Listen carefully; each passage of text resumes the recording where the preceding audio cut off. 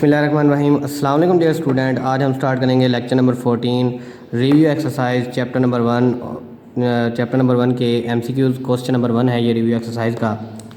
MCQs solve करेंगे हम और देखेंगे कि क्रैमिंग सिस्टम के अलावा अगर हम इसे कॉन्सेप्चुअल माइंड के साथ समझें, कोई भी एमसीक्यूज़ किसी भी चेंजिंग के साथ आ जाए तो उसे किस तरह सोल्व करेंगे और इनके क्या क्या आंसर बनते हैं। क्योंकि आप लोगों को पता है कि एमसीक्यूज़ पूरे हमारे जो चैप्टर होता है उसका निचोड़ होता है। अगर आप लोगों को पिछला चैप्टर एक्सरसाइज 1.3 तक अच्छे तरीके से समझ आया होगा तो ये एमसीक्यू सोल्व करना कोई भी मुश्किल की बात नहीं है। इंशाल्लाह आज हम एमसीक्यू सोल्व करेंगे। एमसीक्यूज़ में पहला एमसीक्यू है हमारे पास square root 7 is. Square root 7 क्या होता है? याद होगा आप लोगों को, हमने पढ़ा था स्क्वायर रूट वालों के बारे में कुछ ऐसी टिप्स, और वहाँ से हमने अंदाज़ा लगाया था कि स्क्वायर रूट 7 या ऐसे नंबर जिनका कंप्लीट स्क्वायर रूट नहीं होता वो क्या होते हैं। सबसे पहले तो वो कह रहे हैं इंटीजर। इंटीजर्स क्या होते हैं? इंटीजर्स के बारे में आप लोगों ने ऑलरेडी पढ़ा हुआ है। इंटीजर जिसे आप डिनोट करते हैं जी के साथ, जी। अब जी क्या होता है? जी में ज़ीरो भी होता है, प्लस माइनस दोनों, 1 प्लस माइनस 2 प्लस माइनस 3 और बाकी तमाम वो नंबर प्लस माइनस दोनों में होते हैं। ज़ीरो न्यूट्रल होता है, ज़ीरो न्यूट्रल इंटीजर है, इसके साथ कोई भी साइन नहीं होता, ना ही प्लस और ना ही माइनस का साइन होता है। तो ये तो इंटीजर है नहीं, स्क्वायर रूट वाले तो इंटीजर नहीं है। पहला ये तो हो ही नहीं सकता। दूसरा रैशनल नंबर। रैशनल नंबर ये तब होता जब इसका कंप्लीट स्क्वायर होता। 7 का कंप्लीट स्क्वायर है ही नहीं तो ये रैशनल नहीं है। हाँ, ये इर्रेशनल है। क्यों? क्योंकि इसका कंप्लीट स्क्वायर नहीं है। हमने लास्ट टाइम भी पढ़ा था कि इर्रेशनल नंबर वो होते हैं जिनका कंप्लीट स्क्वायर नहीं होता। जिस भी नंबर का कंप्लीट स्क्वायर नहीं होता वो सारे के सारे क्या होते हैं? रैशनल नंबर होते हैं। जिनका परफेक्ट स्क्वायर या कंप्लीट स्क्वायर नहीं होता वो क्या होते हैं? इर्रेशनल नंबर होते हैं। तो स्क्वायर रूट 7 क्या होगा? इर्रेशनल नंबर होगा। और फिर नेचुरल नंबर तो हो ही नहीं सकता क्योंकि 1 2 3 4 5 से 6 अप टू 7 तक नेचुरल नंबर होते हैं और ये रेडिकल फॉर्म में है। रेडिकल फॉर्म वाले integer, natural number, whole number, odd number, even number, prime number हो ही नहीं सकते। आगे चलते हैं। सेकंड एमसीक्यू है हमारी पाई एंड ई। ये भी हमने एक्सरसाइज 1.1 के क्वेश्चन नंबर 1 में पढ़ा था और वहाँ पर आइडेंटिफाई किया था कि पाई और ई एक ऐसे नंबर हैं जो नॉन टर्मिनेटिंग की नॉन रैकरिंग टाइप में आते हैं। पाई की 3.14 जो भी वैल्यू है ये चलती चली जाती है, रुकती नहीं है और कहीं भी रिपीटेशन मौजूद नहीं है। तो पाई एक क्या है? इर्रेशनल नंबर है। और ई आइलर नंबर की भी हमने वैल्यू पढ़ी थी, रिमेंबर वाले बॉक्स में है पेज नंबर 8 पर। वहाँ पर भी हमने पढ़ा था कि ये आइलर नंबर भी क्या होता है? नॉन टर्मिनेटिंग नॉन रैकरिंग होता है, इसलिए ये भी क्या होगा? इर्रेशनल नंबर होगा। Pi and E are irrational number. Irrational number होगा, नेचुरल नंबर नहीं होगा, इंटीजर नहीं होगा, रैशनल नंबर नहीं होगा। तो ये क्या होंगे? पाई और ई क्या होंगे? इर्रेशनल नंबर होंगे। थर्ड एमसीक्यू है हमारे पास, if N is not a perfect square.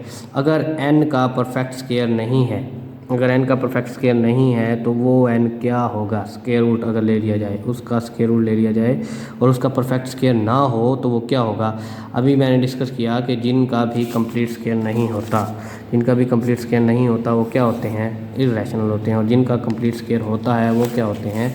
Rational होते हैं। और यही वो बात कर रहा है कि जिसका परफेक्ट स्क्वायर ना हो तो उसका स्क्वायर रूट ले लें तो वो क्या होगा? इर्रेशनल नंबर होगा। उसके बाद आगे चलते हैं हम। आगे है हमारे पास square root 3 plus square root 5 is. Square root 3 plus square root 5 ये एक इर्रेशनल नंबर है, ये भी एक इर्रेशनल नंबर है। जब दो इर्रेशनल नंबर आपस में प्लस होते हैं तो क्या बनाते हैं? इर्रेशनल नंबर बनाते हैं। ये भी हमने एक टेबल पढ़ा था, बुक में ही टेबल है। इर्रेशनल नंबर को आप रैशनल में ऐड कर दें तो जवाब क्या आएगा? इर्रेशनल आएगा। इसी तरह इर्रेशनल में आप इर्रेशनल ऐड कर दें तब भी जवाब क्या आएगा? इर्रेशनल आएगा। इर्रेशनल में आप जो चीज़ मर्ज़ी ऐड करें आंसर क्या आएगा? हमारा इर्रेशनल ही आएगा। स्क्वायर रूट 3 एक इर्रेशनल नंबर है, स्क्वायर रूट 5 एक इर्रेशनल नंबर है। दो इर्रेशनल नंबर जब आपस में ऐड होते हैं तो जवाब भी क्या आएगा? इर्रेशनल नंबर आएगा। उसके बाद 5वां एमसीक्यू हम आगे करेंगे। छठा एमसीक्यू है for all A B C belong to real number. 3 हमारे पास नंबर हैं और वो हमने कहाँ से लिए हैं? रियल नंबर में से लिए हैं, ए बी सी और सी। इनमें पहला बड़ा है दूसरे से, ए ग्रेटर दैन बी, फिर दूसरा बड़ा है तीसरे से, B greater than C, implies that कि ए बड़ा होगा सी से, इज़ कॉल्ड डैश प्रॉपर्टी। तो पहले तो ये देख लें ये कहना क्या चाह रहा है। फॉर एग्ज़ाम्पल हमारे पास एक नंबर है, एक चीज़ है एक हमारे पास मार्कर है, एक हमारे पास पेन है और एक हमारे पास पेंसिल है। हम कहते हैं कि मार्कर के पैसे पेन से क्या हैं, ज़्यादा है। फिर पेन के पैसे पेंसिल से क्या हैं, ज़्यादा हैं। तो ये ऑब्वियस सी बात है कि मार्कर क्या होगा, पेंसिल से ज़्यादा होगा। फॉर एग्ज़ाम्पल मार्कर के पैसे हैं जी 30 रुपये, पेन है 20 रुपये का और पेंसिल है हमारी 10 रुपये की। 30 बड़ा होता है 20 से, 20 बड़ा होता है 10 से। 30 बड़ा है 20 से, 20 बड़ा है 10 से, तो 30 बड़ा होगा किससे, 10 से। तो यही वो बात कर रहा है कि अगर 3 नंबर हो हमारे पास, A B C belong to real number, A बड़ा है बी से, बी बड़ा है सी से और इम्प्लाइज दैट ए भी बड़ा होगा सी से, इज़ कॉल्ड डैश प्रॉपर्टी। तो ये कौन सी प्रॉपर्टी होती है, ये होती है ट्रांजिटिव प्रॉपर्टी। ये क्या होती है, ट्रांजिटिव प्रॉपर्टी। उसके बाद है हमारे पास 7वां MCQ, 2 की पावर x मल्टीप्लाई बाई 8 की power x is equal to 64, then x क्या होगा, 2 की पावर x मल्टीप्लाई बाई 8 की power x is equal to 64, then x is equal to x किसके बराबर होगा। तो हम इसे सोल्व कर लेते हैं। 2 की पावर x मल्टीप्लाई बाई 8 की power x is equal to 64। ये दोनों की पावर सेम है तो ये आपस में मल्टीप्लाई करके लिखते हैं। 2 8 16 होल की पावर क्या आ जाएगा x और यहाँ पर क्या आ जाएगा 64।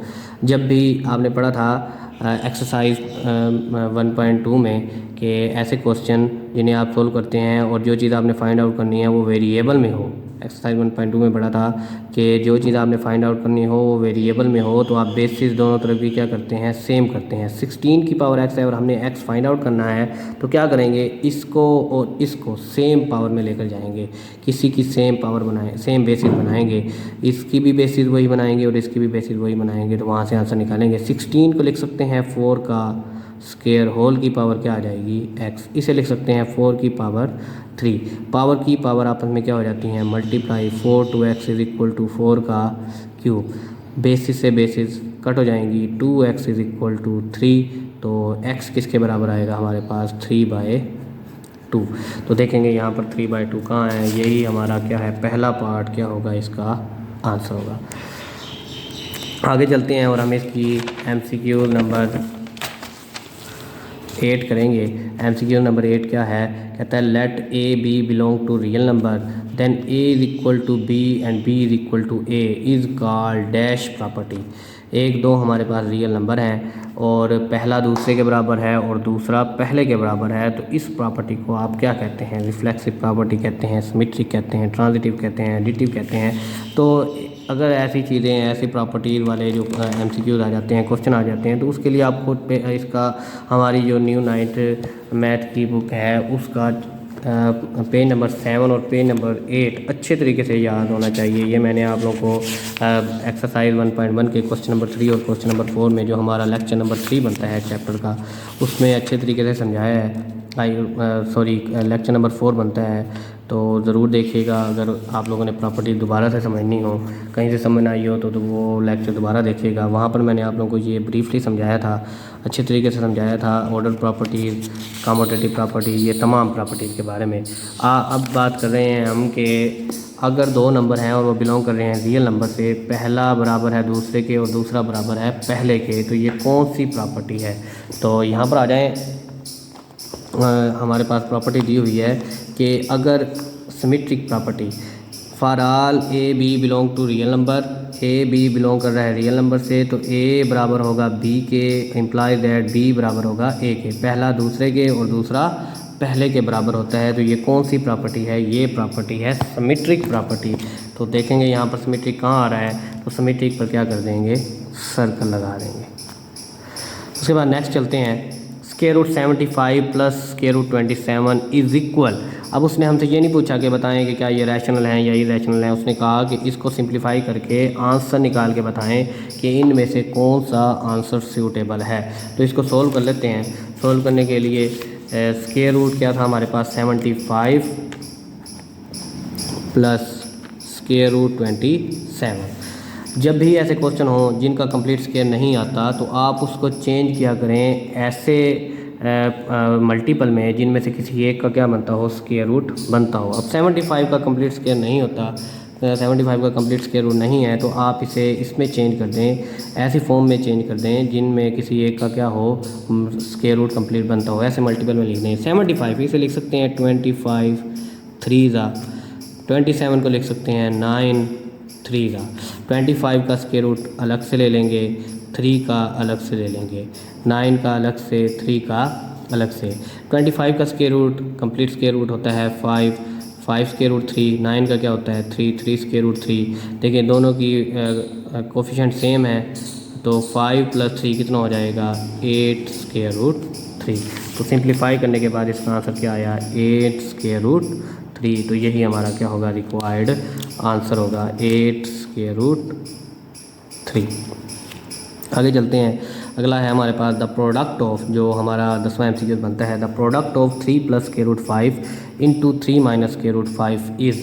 अगर आप इनका प्रोडक्ट निकालें, प्रोडक्ट किसे कहते हैं मल्टीप्लाई करके, मल्टीप्लाई करके देखें इसका आंसर क्या निकलता है। तो मल्टीप्लाई करते हैं 3 + स्क्वायर रूट 5 3 - स्क्वायर रूट 5।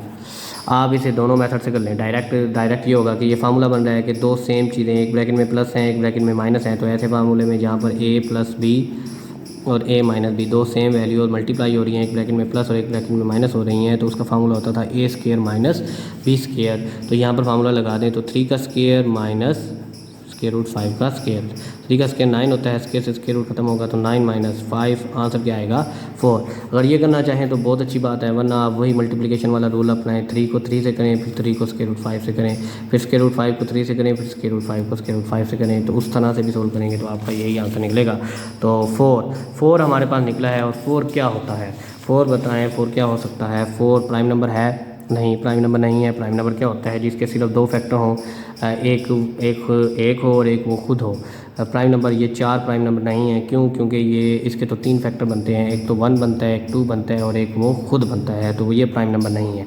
और नंबर नहीं है, और नंबर वो होते हैं जो 2 पर डिवाइड ना हो। इरेशनल नंबर नहीं है। इरेशनल नंबर क्यों नहीं है? क्योंकि इसे p/q फॉर्म में लिखा जा सकता है, और ये ऐसा नहीं है कि इसका डेसिमल नंबर नॉन टर्मिनेटिंग आए और नॉन टर्मिनेटिंग में भी नॉन रैकरिंग वाली टाइप्स आए, तो ये रैशनल नंबर भी नहीं है। ये रैशनल नंबर हो सकता है। क्यों? क्योंकि आप इसे लिख सकते हैं 4 को 4/1 p/q फॉर्म में लिखा जा सकता है, तो जो भी p/q फॉर्म में लिखा जा सकता है वो क्या होता है रैशनल नंबर होता है। तो इसका आंसर आ जाएगा रैशनल नंबर।